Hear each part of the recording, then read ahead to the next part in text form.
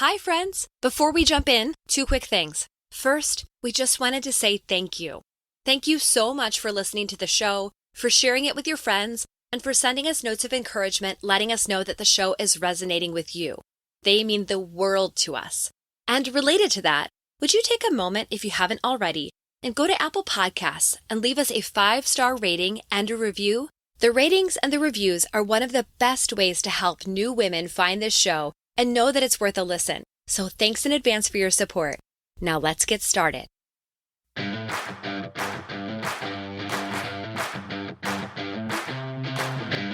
Every once in a while, there is a psychology-based buzzword that becomes part of our popular culture and eventually loses all meaning.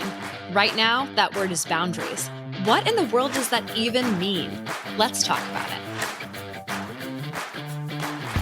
You're listening to Honest Women, the podcast for every woman who's trying to juggle the relationships, roles, and responsibilities that come with modern womanhood and finding it all just a little harder than she thought it would be. We're your hosts, Andrea Berkeley and Jessica Hutchison, your new besties who just happen to be therapists. And while we believe that life is hard and there's no tip or trick that will solve that, it does get just a little bit easier when we can be real with each other and talk about it honestly. You're listening to Honest Women. Hello, Jess. Hello. Hello, good morning. How are you? I'm doing well. All right. I think I'm well. Yeah. I think.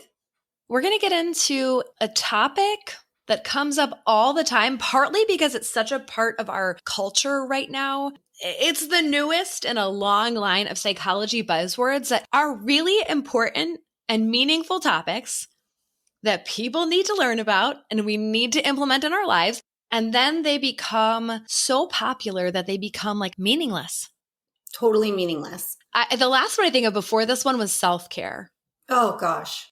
Taking care of yourself is so important. It makes me almost mad when one of these terms becomes part of popular culture, then it gets put into a meme and that meme may or may not capture the whole thing. And then there's just all of this like buzz surrounding it and we lose the point. The actual topic, the actual thing is really meaningful and it's something that we do need to be able to implement into our lives.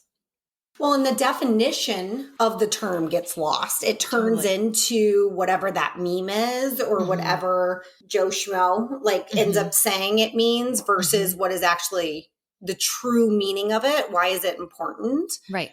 Exactly. It loses all the meaning. And the reason that I got to be a big deal and ubiquitous in the first place is that it's important. So it's like, this is one of these things that makes me crazy as a counselor because people come in and they want to talk about it, but they don't understand it. And maybe they're getting pushback socially or culturally, and the whole thing gets lost. So right now that word is boundaries. Boundaries. We hear about this literally everywhere, all the time. Everywhere. And part of that is because some really smart psychology-based people are talking about it all the time. One of those that I think of right now is Nedra Glover-Tawwab, who really has created an Instagram presence all around this. Almost 2 million followers now. She pops up in my feed every single day. She's so much cooler than me, by the way. 2 million followers. Wow. Definite therapist goals to bring really quality content out into the world in a way that is digestible and then even to write a book on it. So she wrote a literal book on boundaries and she defines a boundary as something that you need in a relationship to feel safe and secure and supported. And you have to communicate it. So you either communicate that verbally or you communicate it through an action. That is a boundary. Even that I feel like doesn't totally capture what it is. I was thinking the same thing. And you know me, always challenging things. So great definition, super oversimplified. Right. And with a definition like that, great. But man, there's 85,000 ways that could go wrong. And why I think I see so much frustration within my office about, well, I set a boundary or I told somebody I didn't like that and they're not respecting it, but it's what I need. And what I find is we very much overemphasize the word boundary and what it is and the importance, but we don't really talk about, okay, so how do you actually set that boundary and identify you need to and what to do when nobody respects it? Because 9 out of 10 times they're not going to. Yeah, definitely. So I think the first part of that is basically we have to identify what it is that we need and we want. And the idea of a boundary involves the idea that once we identify what we need and what we want, we get to choose. We get to draw, I don't know, I like to imagine a little force field around ourselves and say, inside this little force field, inside this little area of the universe that I get to claim as my own, I get to choose. I get to choose how I spend my time. I get to choose how I spend my emotions. I get to choose who gets to come in and who has to stay out. I get to choose how to run my life. Yeah. And I communicate that to other people. And then that's it. So I think part of the problem with this concept is that a lot of us don't know what we need or want. Yes. Brilliantly stated.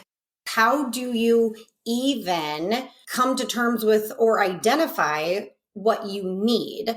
I think when we talk about this fast-paced society that we're living in and that constant go, go, go, go, go, it takes time to sit and actually reflect on what works for us and what doesn't. And I find that women really, really struggle with this of just trying to keep up with a pace that they almost lose themselves in the process and then burn out and get really frustrated. Totally. And that's often when we try to set boundaries in that kind of burnout zone, when that becomes problematic because we're already tired and burnt out. So to maintain a boundary is exhausting by that point. Right. Along those same lines, a lot of times we focus on, this person does this and I need to put up a boundary to keep them out. When really, we have to identify how we're feeling, what we need. And a lot of times that starts with having some boundaries for ourselves, with ourselves. The person I have the biggest problem with is me, like on a regular basis. For example, maybe one of the things that I need to know about myself is that I need a sufficient amount of sleep. And newsflash to everybody out there, you also need a sufficient amount of sleep. 100%. That whole concept of you can sleep when you're dead, it is just not accurate. If you don't sleep, you are going to be dead. Right. So you are a person that lives in a body. That body requires a minimum of 7, but ideally 8 hours of sleep every single night. Honestly, our bodies set boundaries with and for us. Sometimes we violate them all the time. So this is one of the things that I know that I need. And I know that when I don't get enough sleep, I'm not a happy girl. I'm actually probably not that nice to be around.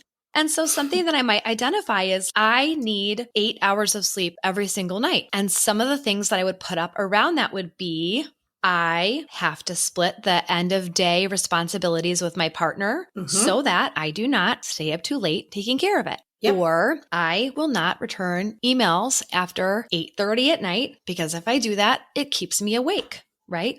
And it starts with me. What do I want? What do I need? How can I get the thing that I want and need? And then sometimes I have to communicate it to myself first, like, hi, self, we have a problem. You keep doing the same thing over and over, and you need to stop doing that because you're not able to get what you want and need. And then after that, we start to communicate them with other people. Yes. Maybe it's then unapologetically setting a do not disturb on my phone, and I don't answer texts after this point. And if someone comes at me and wants to challenge that, then I can say, that's just a thing that I do. Exactly. Boundary set. I actually have a bedtime setting on my phone, and it's just set on weekdays to go on at a certain time. And it just is. I think where it becomes hard for people, myself included, is the pushback. Well, why? Why does it go on so early? Right. Well, what if blah, blah, blah? Or, oh, come on, you're so young. Why do you need to go to bed so early? Right. So I think we set these boundaries for ourselves, but expect pushback. Right. And know that sometimes that pushback is curiosity. And sometimes it just is they don't agree with the boundary that we're setting. And it puts us into this position where we do have to defend the boundary we are setting. Right. And I think we need to expect to defend them. I agree. In this example, the boundary that we set is for us, by us, and doesn't require any sort of communication. It's just a thing. And then you got to communicate when it's challenged. Some other boundaries might automatically include other people. Give us an example. Oh, this is a good one. I had some people in my circle in my life who always wanted to talk about weight. Without fail, we have a visit. You're talking about weight. You're talking about diet. You're talking about who put on weight. You're talking about who took off weight. Can't eat that. I do eat that. I won't eat that. Look, I get it. Believe me, it's not as if I don't think about these things. It's not as if I don't talk about them. I just choose not to let that be a part of the conversation around me when it causes me distress, and always around my children. No. Yes. I don't discuss this around my children. It's a hard boundary to draw, but it's important. It is.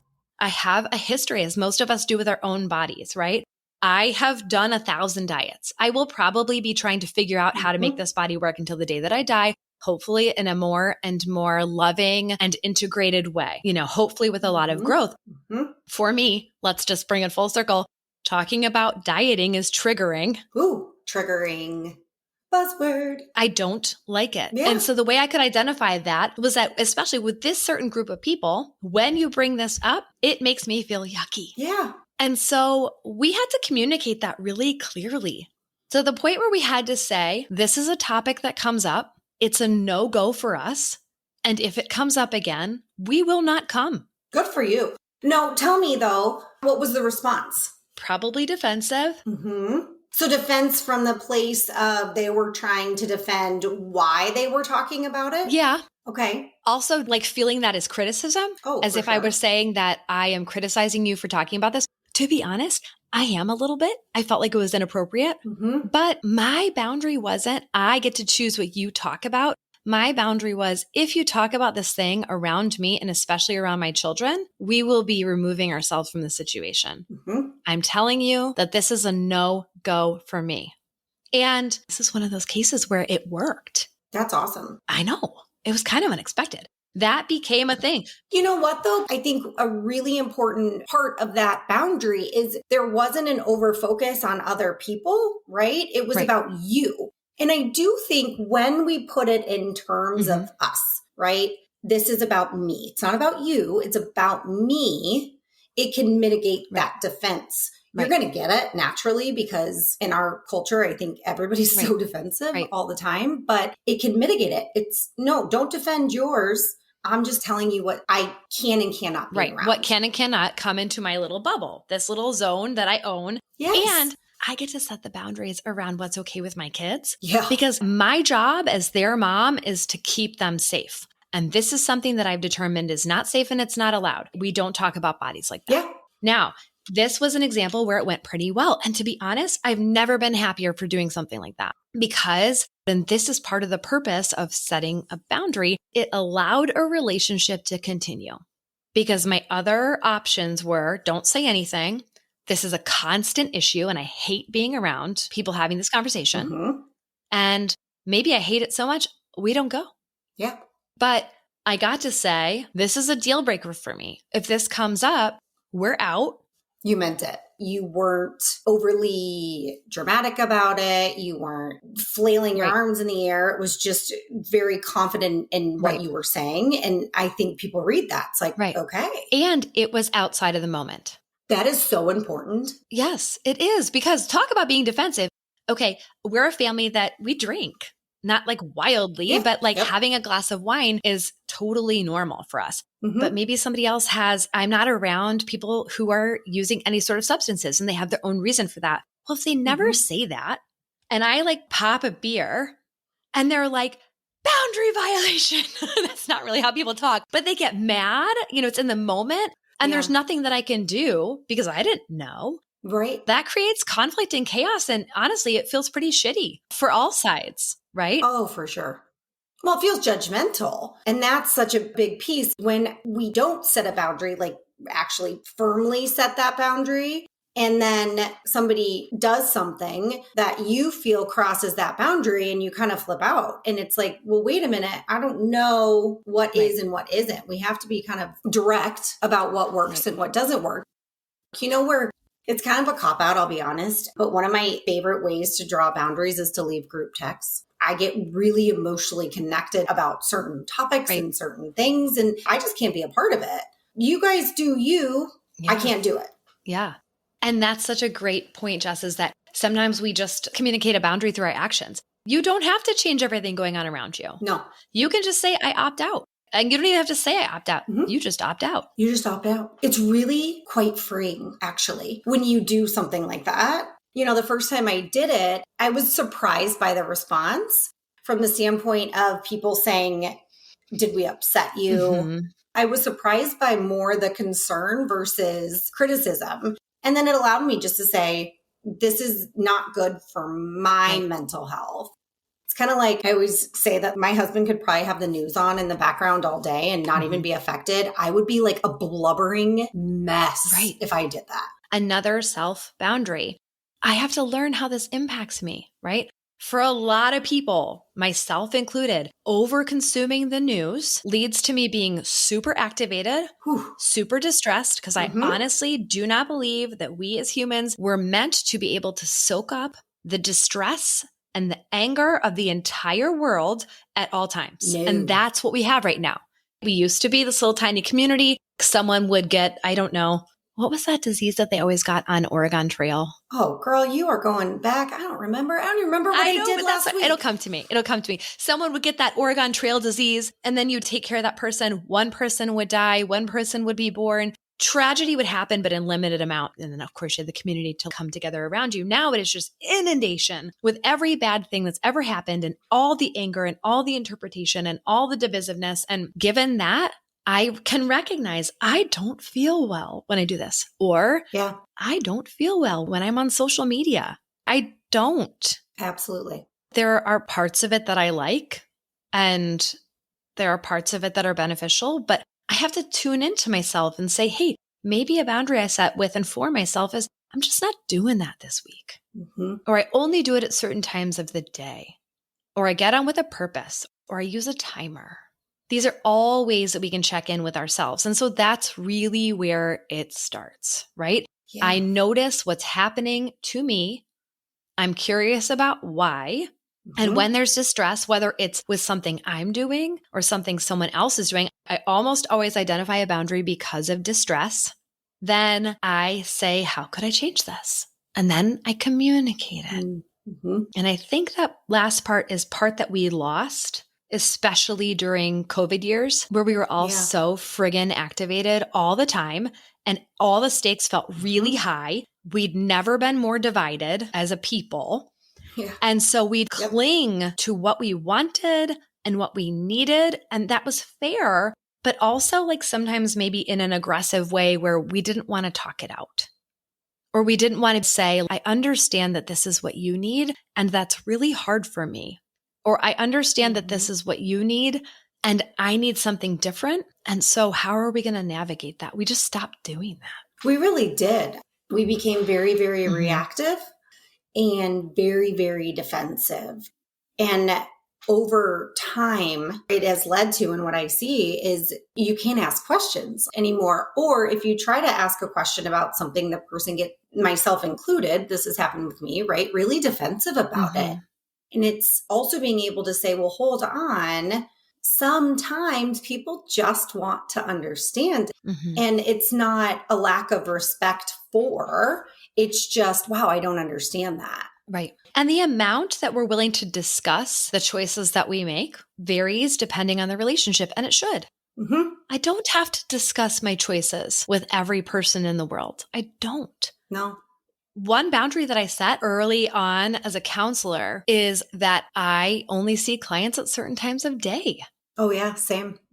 People will ask all the time, can I see you at night? And when I was younger as a counselor, I'd say, sure, no problem. Oh, you want to see me on the weekend? You want to see me every other Tuesday after a full moon? You want to see me at 8:00 in the night or in the morning on a day that I don't work? Sure, right? Then for a while, I got through the phase of apologizing. Oh, the apologizing. And this is something that we do a lot as women. So I'd go like, okay, I set my schedule. I'd say, okay, work from 8 to 3. Someone would say, can I see you at 5?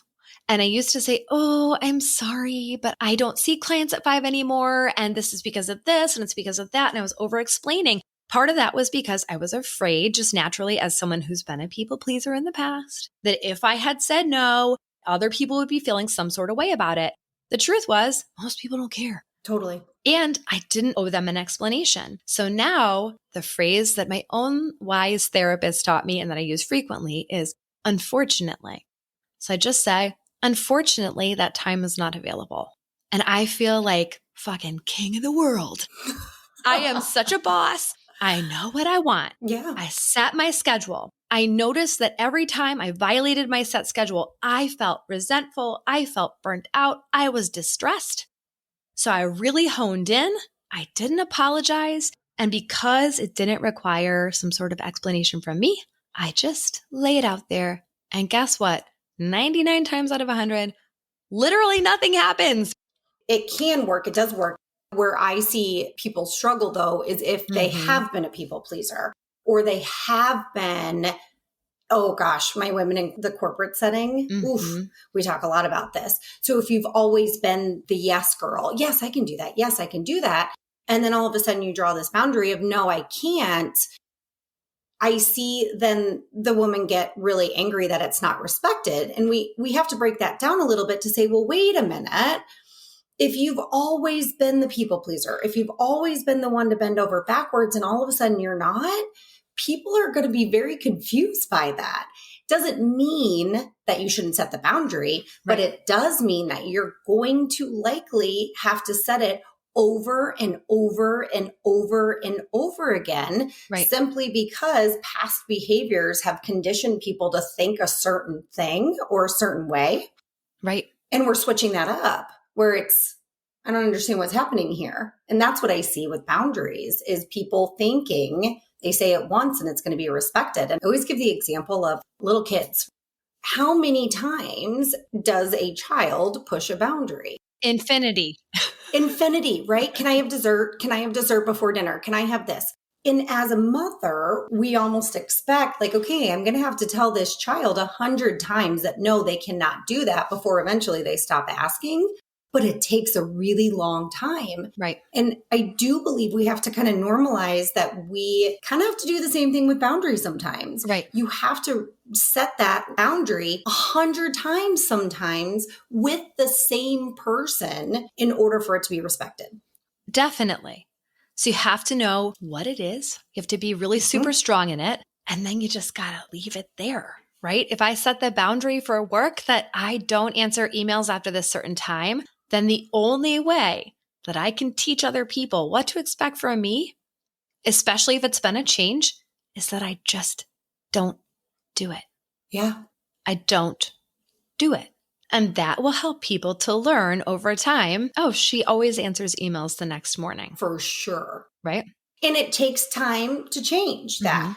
Right. And so it's always, oh, my boss got so mad at me because I didn't respond to the email. Okay, but do you usually respond to emails after 10? Well, yes, I have. Okay, well, they're conditioned to think you're going to. Right, wrong, or the other. It's not about that. It's just about if you usually do, then it starts becoming that expectation. So start to change that. Turn on your bedtime.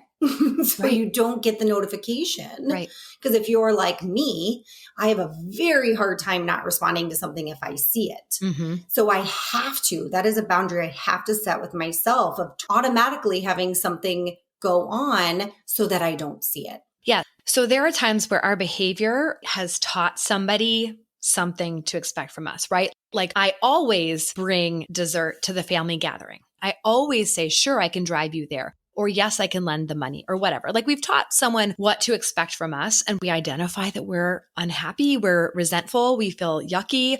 So we want to make a change, especially when it's a change. Just know that you might have to communicate that directly. I used to think, and I actually still love this idea, but it doesn't totally work in practice, that you never want to, the acronym was JADE, to justify, argue, defend, or explain. I still think that this is true for the most part, but sometimes we do have to explain. I don't have to convince you that this is right because I know what I'm going to do. And this is just a thing, but I might give you a heads up. You know, if I always make lunch for my kids before school, and then one day I'm like, I'm not making lunches anymore because this is causing me a lot of distress. I don't have enough time to do it. They're old enough to do it, right? I have all my reasons. And I'm going to make that change. I sure as shit better tell them, hey guys, mom's not making your lunches anymore. Otherwise, they're going to be like, where's my lunch, right? Where's my lunch? Right. Not because they are challenging my boundary, but just because they don't know. They don't understand. Right. It's okay to say, hey guys, I'm making this change. I'm not making the lunches anymore. You guys are more than capable. You know what's supposed to be in there. You can do it right after school. And then I follow it up by like not doing it. Yes. And as parents, we go back on our word all the time. Let's be honest. Like my kids aren't going to starve if I had set that boundary. Like I'd probably friggin' make the lunch sometimes. I don't know, but we try, right? And that's part of it too, is you don't have to do this perfectly. Mm-mm. Maybe you say to yourself, I don't have any margin to donate to whatever the school is doing or to volunteer for this or that, right? And so I set this internally with myself. I'm just not going to say yes to those things that I'm asked to do it. I say yes. And I'm like, shit, I just ruined my own boundary. And we can get really like self-critical. Oh, why did I do that? You always do this. I shouldn't have done this. And on one hand, we can say, I'm not always going to get it right on the first time. And on the other hand, you can change what you say. Yes, you can. Right. Even just saying, you know what? I signed up to attend the Valentine's Day party this year. And unfortunately, I can't make that work. And I need to unsign up. Okay. That can happen. Because we are continually doing this. And it's funny with boundaries, right? Because I was thinking about how uncomfortable it can feel, or how we've been conditioned, some of us, to feel guilty about it, right? If you've ever been told you were selfish. That need to defend sometimes comes from within versus external forces. And, you know, an example of it would be when you and I were going back and forth about when to set our recording time. And I caught myself in it, not until after, when I was reflecting on it, when I said, I need to wait till this time. And I didn't just leave it, I justified it right after, because in the morning, this is what I like to do. And it's really important to me. And I'm not going to let it go. Like I went into this whole defense. Right. And it wasn't until after that I realized, wow, I was defending something that wasn't even receiving pushback. It was my own, but that was my own inner, it was. Right. But I reflected on it later. It was my own discomfort with saying, I can't do it at that time. Can we do it a little bit later? Right. It made me so uncomfortable to say that. Right. And I really had to sit with, wait a minute, that's not about the other person. That's about me and my discomfort with saying, no, can we do this time instead? Right. And I think with boundaries, that comes up. Sometimes it's our own discomfort versus pushback from the other person. So true. This is a big topic. It's a really important topic for us, especially I think as women, because we are conditioned in a lot of ways to, I don't know, go at such a pace, take on so much from the time that we first have babies and like we don't get to sleep or like go to the bathroom when we need to or eat, you know, because we're taking care of them. We're so conditioned to just keep going with whatever is in front of us that I think it's hard for us to stop and identify what we need, what we want, what makes us feel stressed out or resentful, and to start to take steps to identify like, how could this be different for me? And it's good work. It's important work. And then how can I communicate well, but clearly? Yes. How can I let people know in a way that's balanced? You know, this is a work in progress. Even therapists who talk to other people about this all day long feel stressed out trying to communicate well with other people. And it's going to be something we have to work on. Yeah. And it's going to be a topic that we discuss over and over and over and over and over again on this podcast, because boundaries truly do present themselves in so many different ways in our day-to-day lives. Absolutely. Well, hopefully we've made a little bit of sense around what a boundary actually is, how you identify that you need one, and some of the ones that we have in our own lives. And the conversation will continue. Yes, it will. I think I will end by saying, to women out there struggling to set their own boundaries, maintain them, reaffirming, know that there are two women who just happen to be therapists who also struggle with that as well. The struggle is real. It's a good struggle, and we're going to figure this out together. Speaking of boundaries, one of the boundaries that I'm trying to hold for myself right now is I'm trying to make sure that I only take in content that helps me feel normal. Feel like I'm good enough already. Feel like I'm pretty much just like everybody else, and we're in this together. And if you're listening to this show, we hope that you feel that way right now. Listen, if you love Honest Women, the best way that you can help support the show is to leave us a 5-star rating and a review on Apple Podcasts. So if you haven't done so already, please take a minute to do so now. Until next week, hang in there, ladies. You got this. You've been listening to Honest Women.